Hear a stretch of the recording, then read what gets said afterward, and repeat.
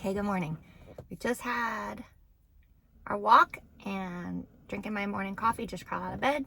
We're at Sleeping Bear Dunes leaving, and I wanted to leave a quick video, 2 videos. One is for, we'll just put it all in one video. One is that I wanted to do a little homage to John Temperley, my friend that just passed away. Because I have Invisalign. I don't have my trays in right now. Usually when I do my videos, I have my Invisalign in. But it's because of him. He started living like his best life ever. He had a heart condition. It's a long story. He was my client and my friend, and we dated a long time ago, and we stayed friends because we weren't meant to be for dating. And he just died of a heart attack at 45 just recently, John Temperley. And I saw him every couple weeks in the chair ever since we dated. And there was no romance between us, but we were like the best of buddies. So anyway, he was the one that said the juice is worth the squeeze. And he would check on me because it hurts to get your teeth adjusted. It hurts. They're moving all the time, and there's pressure. And sometimes that pressure I feel it in my ears especially. They must be moving. All of my back teeth came in and they're moving them all out. And that is a lot of work. And it hurts like a steady pain. And it makes my ears feel like I have earaches. I don't know how to explain it. It's not a proper earache. And he would check on me and he would say, "How's it going? Hurts, huh? Juice is worth the squeeze." And when I'm out here traveling, so for those that don't know, if you're watching this, hi, nice to meet you, Christina and Benji. I quit my job, my career of 28, 29 years. I'm 48 and I started when I was 19 doing hair. I've been a career colorist, hairstylist, artist my whole life, and I'm really good. And I was really in the world of making people feel good, look good, feel good, do good. And when you're behind the chair, and I worked really, really, really hard, and I've been married, and that's a whole different story. That marriage took everything out of me. That relationship, I'll say it. He was a drunk, drug addict, abuser, and people in my life are still friends with him, and I don't know why they don't say this. Nobody talks about it. It's batshit crazy. He bled me dry financially over and over and over and over again. And I stayed. I had my own stuff to work out because that's the cycle of abuse. Is you have your own stuff to work out from my childhood, from the stuff I came up with. But let's go back. I was on my own working and recovering financially. And I made a little savings and I got myself a teeny tiny retirement. When you are an independent contractor hairstylist, you're on your own too. You don't have any benefits, no sick leave, no retirement, name a benefit. You have none. You're on your own. Everything you have to manage your money. This is why my ex loved me, because I would always work harder and fill the depletion that he would continue to cycle through, deplete, with erratic decisions that he could paint. Boy, remember those shows, those white collar crime shows, American Grade? Where you could sell swampland in Florida. It's my ex. Okay, and I was the dummy. I'm not dumb anymore, and I wasn't dumb. I was hard worker and loving and kind and good and compassionate and empathetic, and I would forgive. And I saw it as we're all flawed and we're all working on things. Anyway, let's go back to things being hard. So I did this financial repair. It took years and years here. And I got afloat, and I was living in a super bougie, nice apartment. I've had houses. I've owned 5 houses. But I was living in a nice apartment on a lake, and I had a salon suite, and I had a successful business, and I left it all. I left it all to come out here and see the world that I wasn't seeing. Being in a relationship where the man dictates what's important and what's not important because he's louder. He's just loud, strong, charismatic, like fucking Trump, the way he talks. Convince anybody anything just by expressing with their arms and their volume and their passion and their conviction and relating to you where you are. Man, I was brilliant at it. King shit on Turd Island is what I call it. Well, I'm done with that. Not only do I not surround myself with that anymore, date it, hang out with it, because it comes in girls too as friends. Do not surround myself with any of that nonsense anymore. And I got real clear. I got sober February 9th, 2020. So what is that? 18, 19, I don't know what month, 19 months, 18 months. Sobered up, not just quit drinking. It was wine and beer is what I like at happy hours. But I quit going out. I haven't been to a bar. I don't go to restaurants. I don't sit in restaurants. I don't sit at happy hours. Because it was purely socializing on a extraordinarily thin, shallow layer where I probably knew everybody you could possibly know where I lived in Omaha, Nebraska. I'm very social, like, authentic, but nobody probably knew me. They probably had no clue. And I didn't probably know me, to be honest. I didn't know me. That little teeny tiny amber of flame that was down there was constantly being tampered out by all this shit out here. And you can't get clear on what you want. And I started by sobering up, and I did some work. I did Russell Brand's book, and I did on the 12 steps on owning you own everything. Whether or not I was an addict is irrelevant.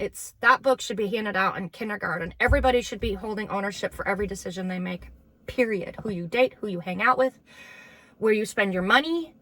It's all energy. And this energy that you have to constantly refuel. And by having other things taking energy away from you, that is redirecting from where you should be aiming your energy, it's more exhausting to constantly refuel. And you never get filled up on what really makes you happy, and you don't even know what makes you happy. And now, by getting clear and sober and cutting all the fucking people and all the stuff out, and I had my clients and my work. But even that, I got real clear about what was becoming more and more important to me. I started to invest in seeing what intrigued me, what ignited that flame down in here. Okay. Sorry, you're getting me in my jammies. Okay. So, I left my job. Before I left my job a couple weeks ago, like a week and a half ago? I think it's a week and a half ago. I had taken 6 trips that I'd never done before, solo trips to different places, and I'll leave more videos on that. In a teeny tiny Ford Transit Connect that I did a no build. Because I don't have the money, nor would I spend it. Like, I'm not spending debt. So I do everything. I'm 100% accountable for every decision I make. And anything that I take, I can replace or repair because it's on me. I'm doing it all by myself. Or I can manage, or I can get some help to manage if I'm out on the road. So I did 6 trips, and that taught me, because I needed to see epic shit. I needed to see neat things. Majesty and grandeur is what I had said. Majesty, awe-inspiring majesty and grandeur that I have never known before. And maybe if I've seen something before in my past, it was clouded by either me with a head full of stuff from the people I was around.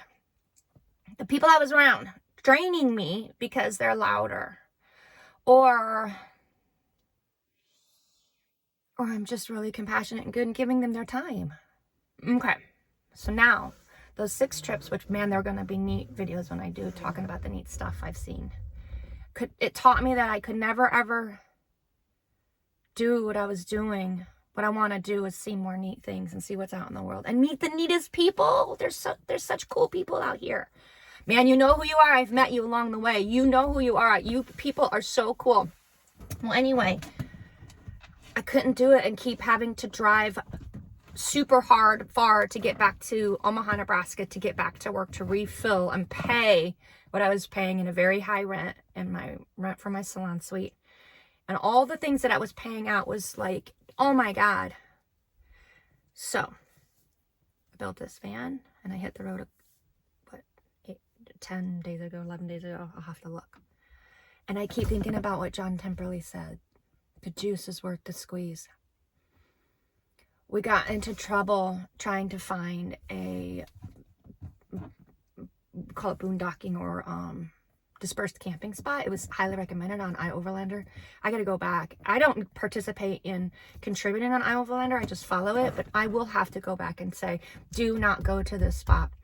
It was a level of dangerous with the road being, it was one lane. This was not last night, the night before. It was one teeny tiny, 2 tracks and mud and sand, because we're in the dunes. It's sand.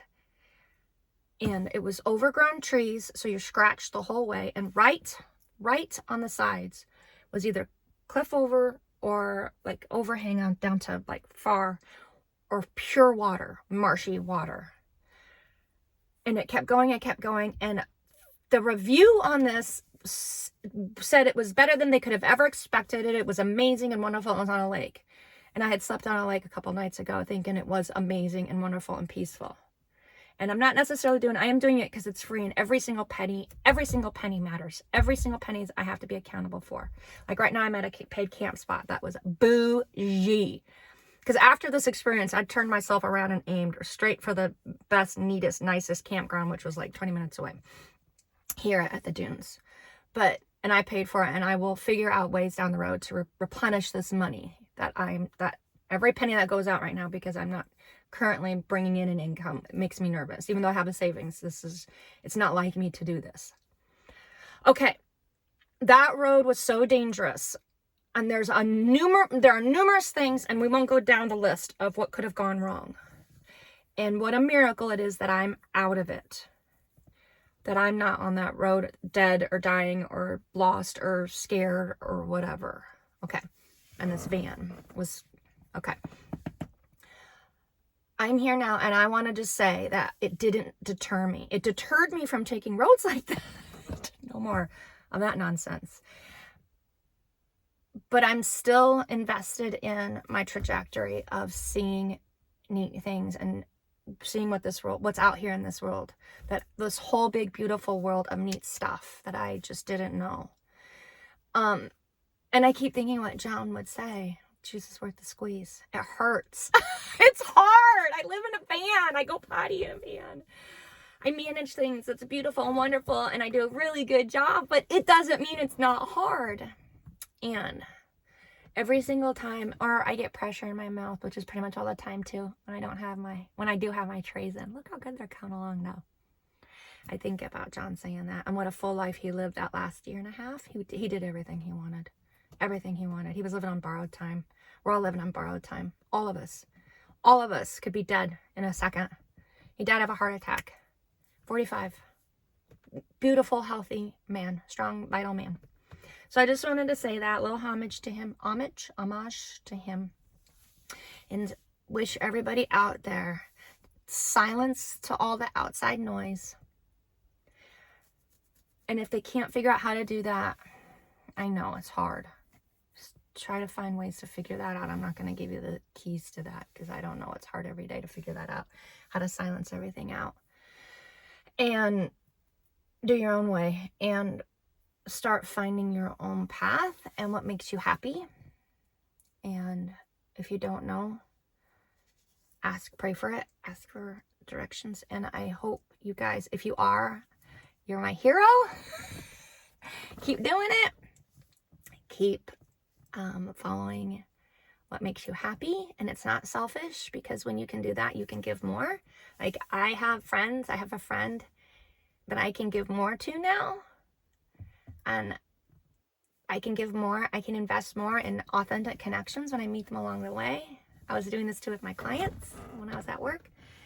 So when you're living on your proper trajectory, you're not being selfish. You're gonna bring more to the world that the world needs from you. Boy, that's a cheesy cliche, but it's true. Okay, I love you guys. That was my... Oh, and I told my angels and my mommy's my angel, that I will never do that stupid thing again with the road. And I'm grateful, and I swear to God, they got me out of there. And I'll make better decisions. I thought I was making it was the best decision I could make at the time, but I will be more careful. I was as careful as I could be. I don't know how to say that, but I told her I was sorry, and thank you for getting me out of here. Okay, I love you guys.